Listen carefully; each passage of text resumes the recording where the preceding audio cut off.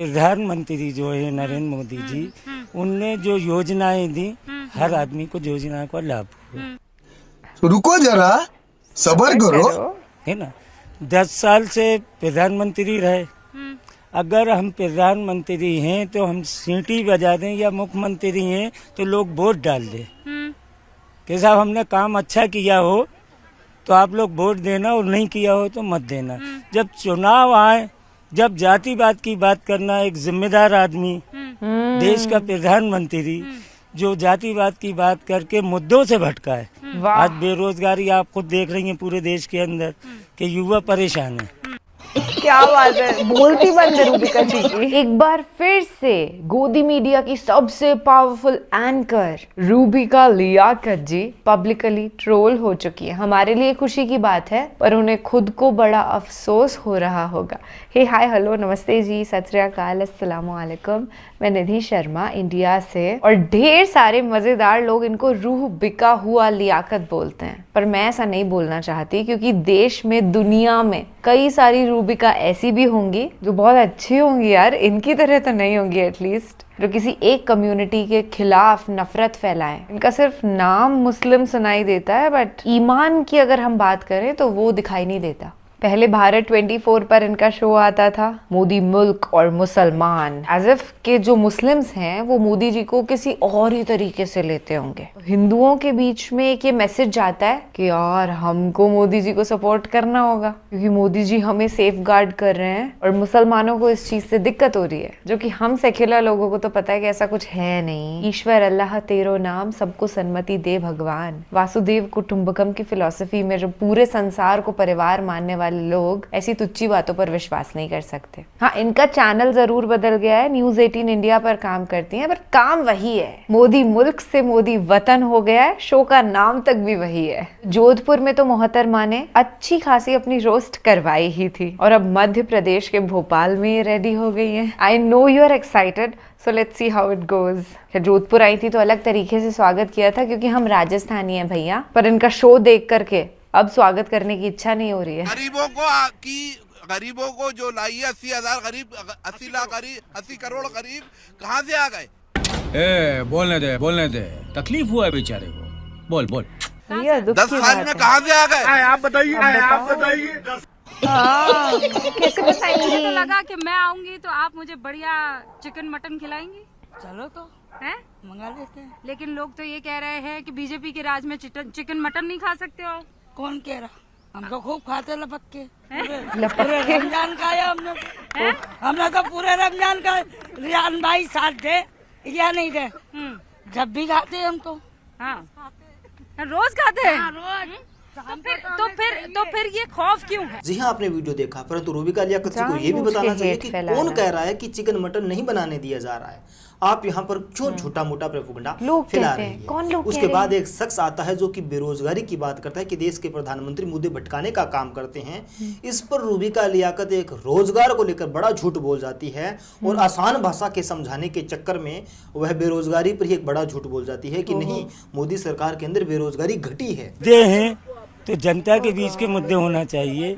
देश के प्रधानमंत्री जो है नरेंद्र मोदी जी, उनने जो योजनाएं दी, हर आदमी को योजना का लाभ हो, है ना। 10 साल से प्रधानमंत्री रहे।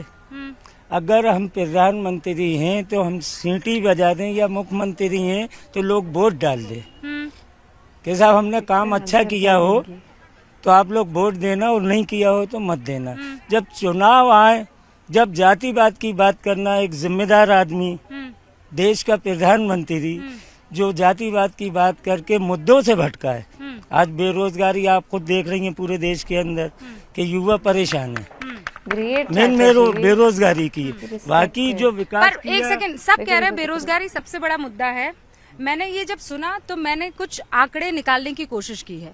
आपको पता है कि 10 साल पहले बेरोजगारी दर कितनी थी और आज कितनी है? इसमें तो मैडम ऐसा है कि गर्मी का एहसास एसी में बैठने वालों को नहीं होता है। हाँ। गर्मी का एहसास जो धूप में होते हैं उनको होता है। नहीं, गर्मी में तो मैं भी हूँ, आप भी हूँ, आपका भी पसीना निकल रहा है, मेरा भी निकल रहा है। मैं सुनी ना आंकड़ा महंगाई आप कैसे पता लगाते हैं, या बेरोजगारी दर आप कैसे पता लगाते हैं? सर्वे होते हैं, कितनी नौकरियां लगी है, कितने PF बने हैं। मैं आपको ईमानदारी से बता देती हूँ, जो आंकड़ा है वो आज से 10 साल पहले जो था वो 10 था और अब जो है वो घट गया है। जो मैं इन्फ्लेशन रेट की बात कर रही हूँ वो घट गई है। बेरोजगारी, ये बोलते हैं कि हमने बड़ा रोजगार दिया है। ईपीएफओ के खाते अगर आप देखेंगे तो उसी में निकल जाएगा पूरा का पूरा जो आंकड़ा वो बताया। तो ये आंकड़े का तो ये चल रहा है कि ये आप मीडिया भी देख रहे हैं, हम लोग भी देख रहे हैं कि पूरा पैसा पैसे वालों के हाथ में ही जा रही है। जी हाँ दोस्तों, आपने पूरा वीडियो देखा। रूबिका लियाकत ने आसान भाषा में बताने की कोशिश की होगी, इसलिए उन्होंने सीधा उदाहरण दिया कि अगर मान लीजिए कि पहले बेरोजगार 10 थी तो आज 8 हुई है, यानी कम हुई है। परंतु ऐसा नहीं है। पिछले 10 सालों की अगर आप तुलना करेंगे, यानी वो सीधे 2014 और 2024 की तुलना करी, तो मैं आपको बता दूं कि बेरोजगारी दर आखिर 2014 में क्या थी। 2014 में बेरोजगारी दर 5.44% दर थी और वहीं पर अगर 2024 की बात करेंगे तो आज के समय में बेरोजगारी दर जो कि जनवरी 2024 में डाटा आया है उसमें 6.57 की दर से बेरोजगारी दर है। यानी 2014 और 24 की तुलना करेंगे तो इसमें बड़ा अंतर मिलता है। वहीं पर रूबिका लियाकत जिसका जिक्र कर रही हैं वो 2023 और 2024 को कंपेयर कर रही है, जिसमें बेरोजगारी दर 2023 के मुकाबले जरूर घटी है, परंतु 2014 का जिक्र करते हुए ऐसा नहीं है कि बेरोजगारी दर घटी है। उसके बाद रूबिका लियाकत जी के पास बहुत सारे लोग आ जाते हैं जो कहते हैं कि पहले अनाज बहुत ज़्यादा मिलता था, आज 5 किलो मिलता है। और एक शख्स कहता है कि अगर आज के समय में 80 करोड़ लोगों को 5 किलो राशन देने की आवश्यकता है तो भारत आगे कहां बढ़ा है, भारत तो पीछे ही आ रहा है ना। और एक शख्स ने कह दिया कि आप इस पर जवाब दीजिए। साथ सबका विकास कैसा है कि आप आने वाले 5 सालों में फिर अनाज फ्री दे रहे हैं, तो ये विकास कहाँ हुआ? तो नहीं देना चाहिए मैडम, ये आप कह रहे हैं ना, आप बढ़ा रहे हैं, अनाज दीजिए। अनाज आज जहाँ 35 किलो कांग्रेस देती थी, आप 5 किलो दे रहे हैं। गरीबों को जो लाई है 80,000 गरीब, 80 लाख गरीब, 80 करोड़ गरीब कहाँ से आ गए? 10 साल में कहाँ से आ गए? कांग्रेस की उपलब्धि नहीं है, कांग्रेस तो बहुत आगे लेके गई। कांग्रेस आप कह रहे हैं बहुत आगे लेकर गई, लेकिन बीजेपी आते ही ये पीछे हो गए। रोजगार नहीं मिलता था, बीजेपी की जब से सरकार आई है तो रोजगार अरे भाई बहुत बड़ी बात कह रही हो, सुनिए मेरे दोनों किडनी में स्टोन है। एक सेकंड, अरे भाई आप पहले बोलते हैं कि जनता के लिए क्या किया उस पर बात करो, फिर मैं आयुष्मान की बात करने लगती हूँ तो आप कहते हैं महंगाई की बात करो, फिर मैं महंगाई की बात करती हूँ तो आप कहते हो बेरोजगारी की बात। मतलब ये सारी चीजें हैं ना।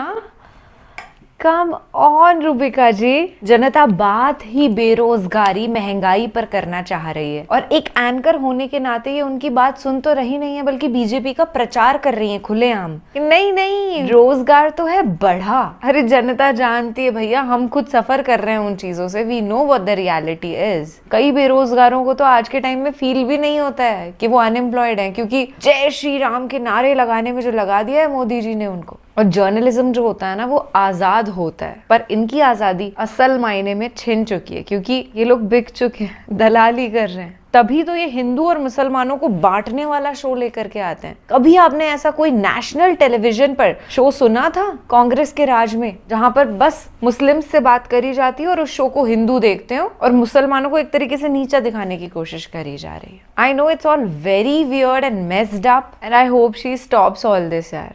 बिल्कुल पत्रकारिता नहीं लग रही है। अगर ये जर्नलिज्म होता तो ये बीजेपी की साइड से नहीं जाती बल्कि ट्रू जो फैक्ट्स हैं उनको पेश करती, हवाई बातें नहीं करती और जनता की आवाज सुनती कि जनता क्या बोलना चाह रही है। और सिर्फ मुसलमानों के बीच में तो बिल्कुल नहीं जाती, एक ऐसी जगह जाती जहां पर सारे Hindus, Muslim, Sikhs, Christians, everybody is present, क्योंकि यही हमारा इंडिया है। ऐसा ही है ना हमारे देश में, अगर हम मेन मार्केट में चले जाते हैं तो वहां पे हमको सरदार जी भी दिखेंगे, टीका लगाए हुए हिंदू भी दिखेंगे, टोपी पहने हुए मुसलमान भी दिखेंगे। कभी ऐसा नहीं होता है कि सिर्फ और सिर्फ हिंदू ही दिख रहे हैं या सिर्फ ओनली मुस्लिम्स आर।